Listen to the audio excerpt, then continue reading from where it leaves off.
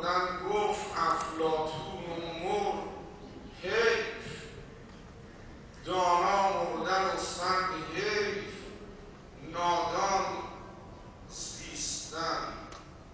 سعدی سر به انواع خانقاه ها زد، پیران زیادی رو در رشته به قول خودشون طریقت که ضلالت با کلمه طریقت اسم برده میشه دید.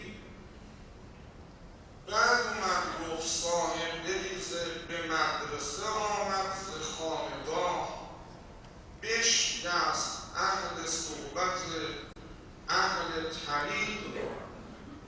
گفتم میان عالم و عابد چه فرق بود، تا اختیار کردی از آن این فریق را. گفتم گریم خویش بدم میبرد ز موج، این سعی میکند که بگیرد طریق را. این عالمان منشی اند، این عالمان هدایتگرند، این عالمان وارثان انبیاء خدا هستند. با شرایطی که دارند گوشه‌ای از اون شرایط رو میشنوید. این عالمان معنای کشتی حیات و زندگی جامعه. این عالمان جای خالی انبیا و ائمه طاهرین رو پر میکنن. این عالمان به این آسانی قابل معرفی نیستن، خودشون هم به خاطر اخلاص و تواضع باطنشون حاضر نشدن خود رو بنمایانند، یعنی معنویتشون. البته علمشون رو نمایوندن ولی اون باطن ملکوتی و عرشی خود رو نخواستن بنمایان. اخلاص بسیار بسیار عظیم و پرمایه‌شون نگذاشت تا خورشید باطنشون رو کسی تماشا بکنه. گفتم گریم خویش بدم میبرد ز موج، این سعی میکنن که بگیرن طریق. بسیاری از اینا روی منبر درس از دنیا، بسیاری از اینها روی منبر تبلیغ حلال و حرام خدا از دنیا، بسیاری از اینها در حال مطالعه، یعنی بالاترین عبادت، از دنیا رفتن. بسیاریشون در حال نوشتن از دنیا رفتن. اینطور که نقل میکنن حتی یکی از این نوع انسانها وقتی که در قبر از سکته قلبی در میاد و به این نتیجه میرسه که خیال کردن مرده، غسلش دادن، او رو دفن کردن، با پروردگار در خلوت قبر صحبت میکنه الهی اگر منو برگردونی و قرآنت کار خواهم کرد و به خاطر جهتی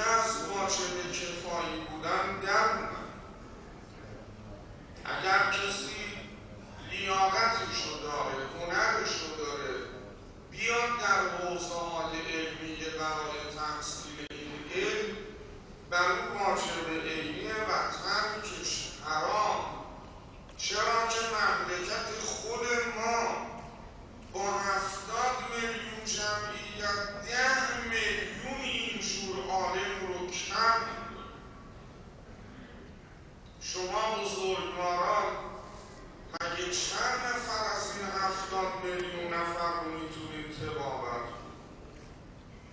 ما خیلی طبیب کم داریم.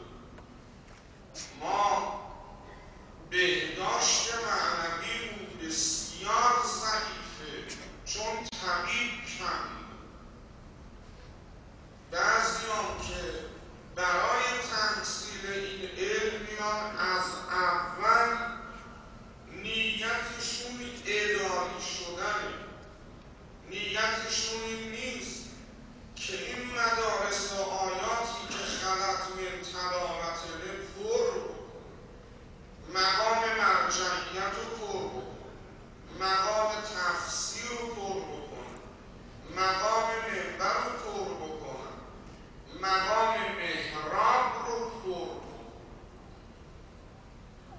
ما میتونیم در یه بخشی از دانشگاه کدشنگاری‌های متدین با سواد بار بیاریم برای ادارات و برای مراکز لازم و حوزه رو سوق بدیم به طرف پر کردن خلأهایی که دلبل گفت و امام هشتم خون گرفت. این علم که پله‌ای از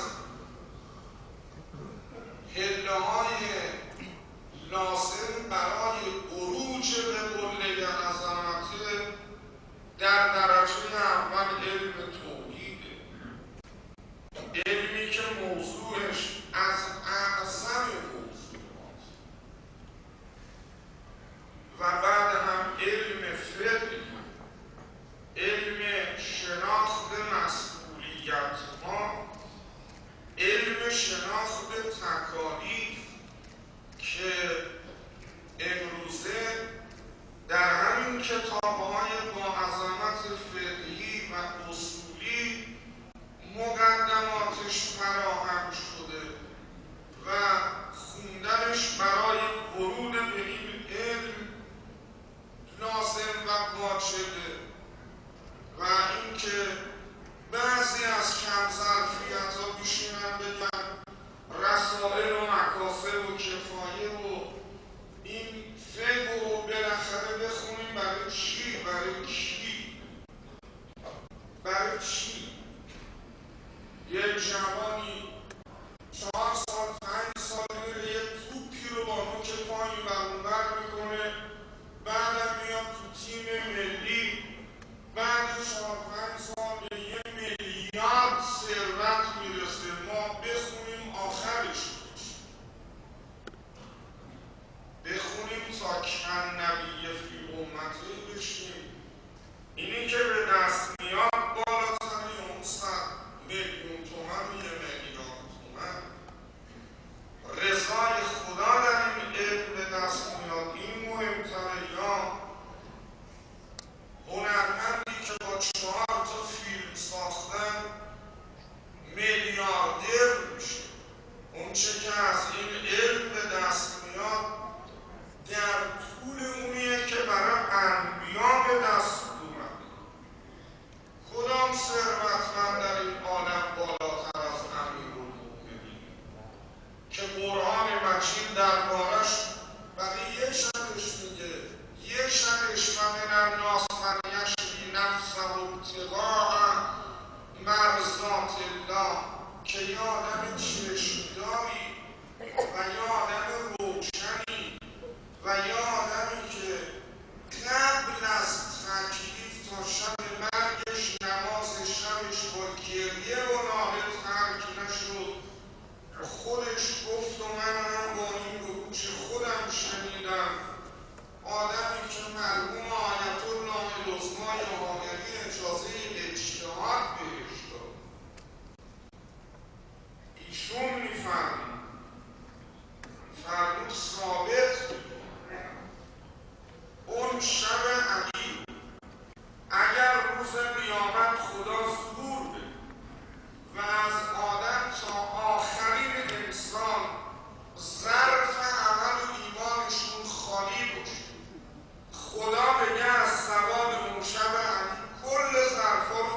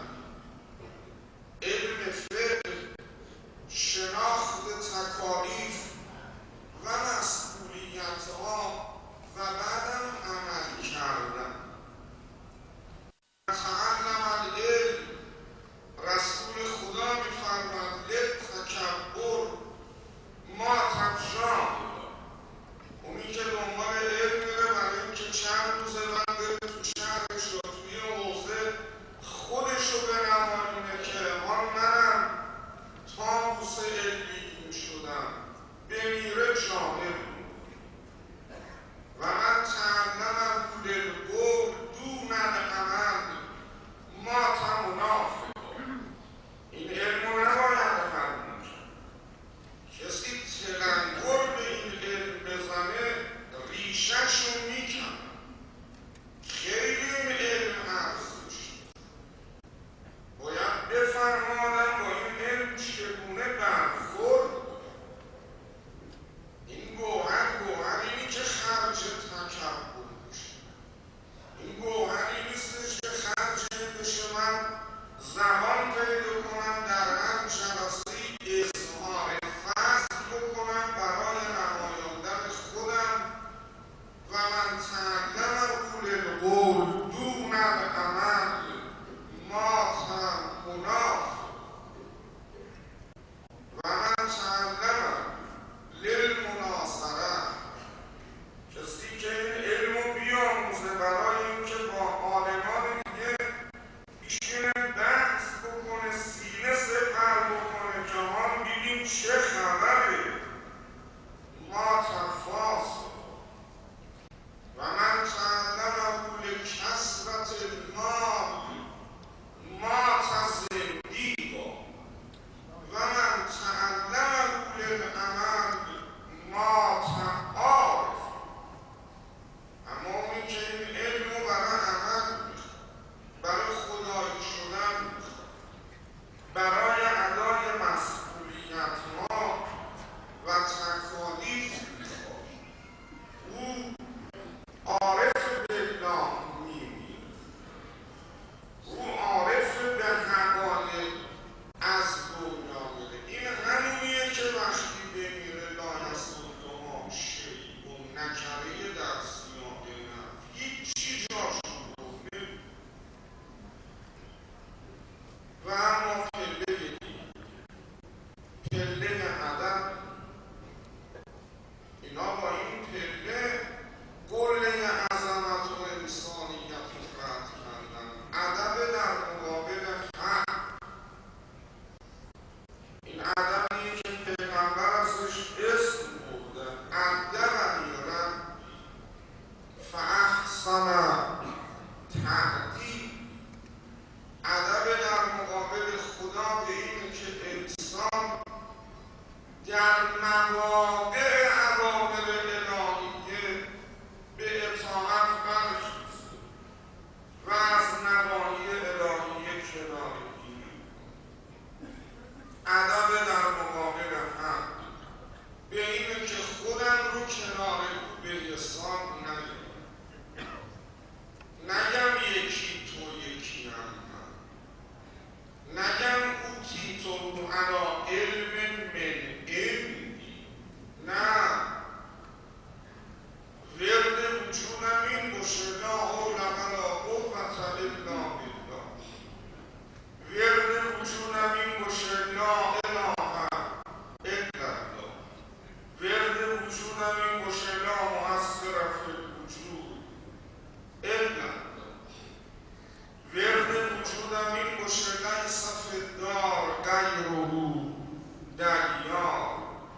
ورد وجودم این باشه عبدا مملوکا لا یقدر علی شیء. وردم این باشه العبد و ما کان و ما فی یده کان لمولا. ادب در مقابل خدا، ادب در مقابل پیغمبر که نهایتش همونیه که در سوره احزاب آمده تسلیما و سلموا تسلیما با مفعول مطلق، یعنی یه تسلیم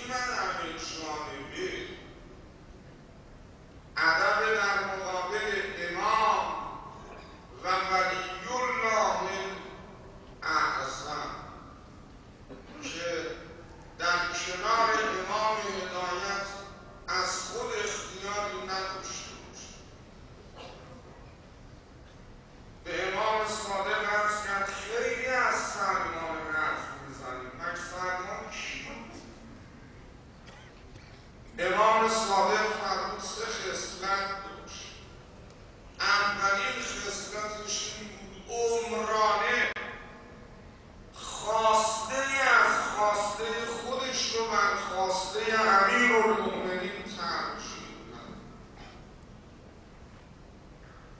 ویژگی دیگرش این بود عاشق فقرا و مساکین و مستمندان بود. به طرف پولدارا و کارخونه دارای متکبر متکی به مال نمیچربید. اگر جلسه رو برپا کرده وظیفه شرعیش معنی نداره من منبر پیغمبر و خرج تملق و تعریف کی هست در مقابل زحمات انبیا و ائمه من چقدر خرج کرده، چیکار کرد؟ پیغمبر به اون با عظمت به پروردگار با گریه میگفت ما عرفناک حق عبادت و ما عرفناک حق معرفت.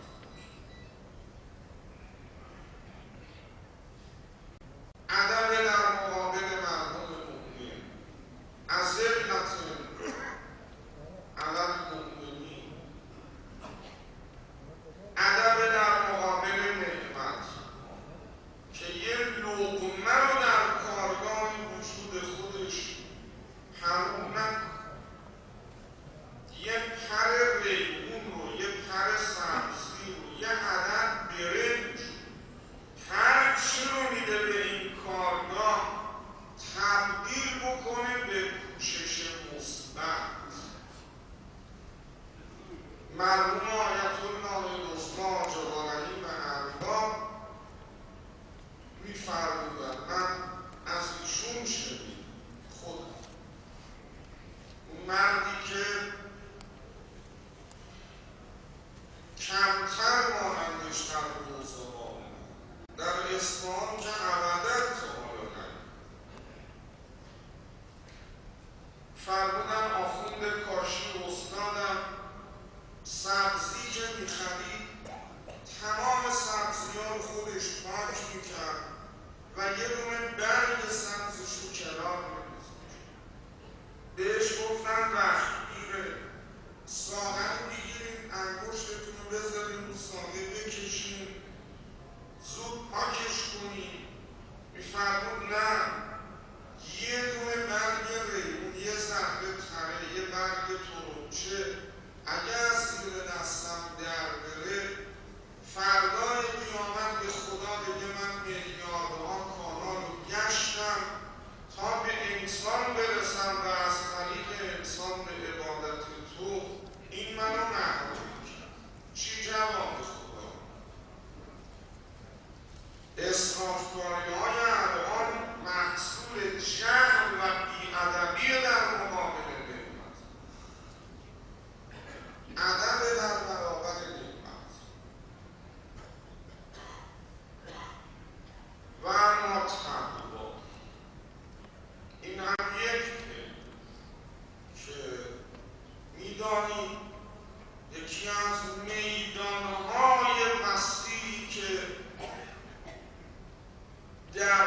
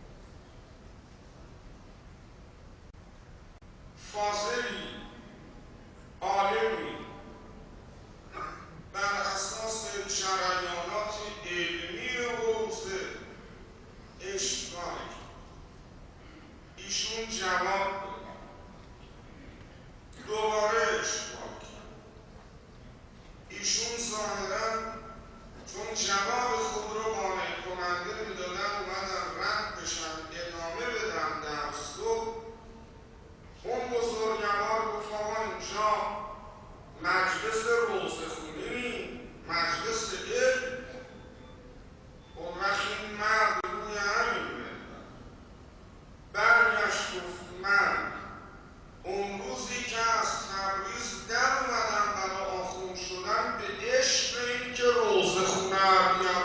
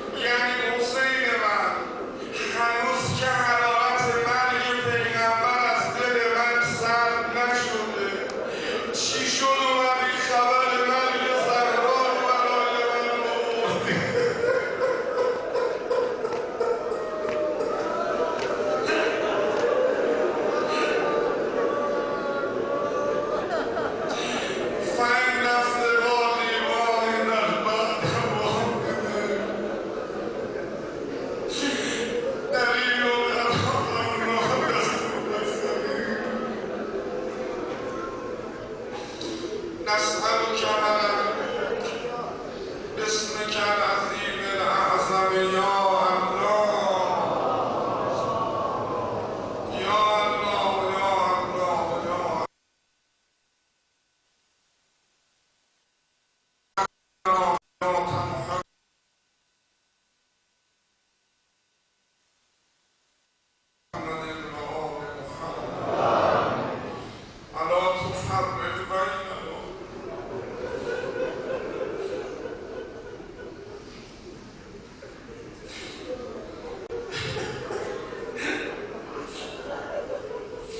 ولا تفرق بيننا وبين محمد وآل محمد وارزقنا في الدنيا زيارة محمد وآل محمد وفي الآخرة شفاعة محمد وآل محمد واجعلنا من أنصار محمد وآل محمد واجعلنا من محبي محمد وآل محمد وعجل في فرج محمد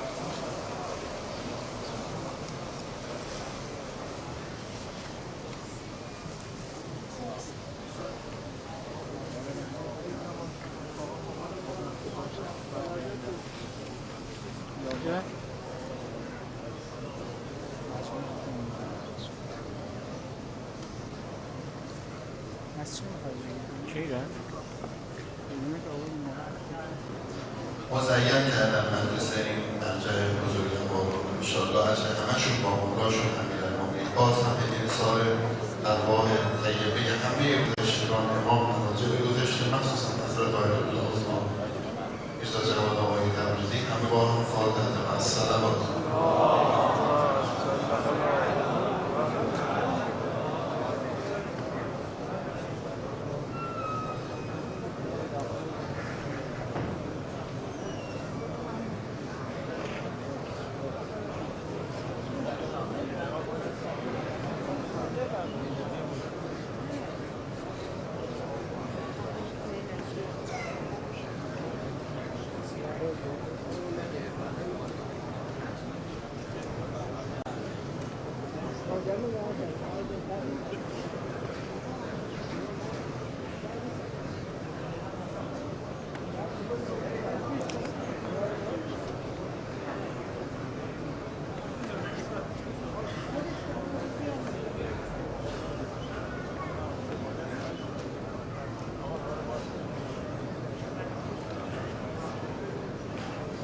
در محمد و آل محمد صلوات.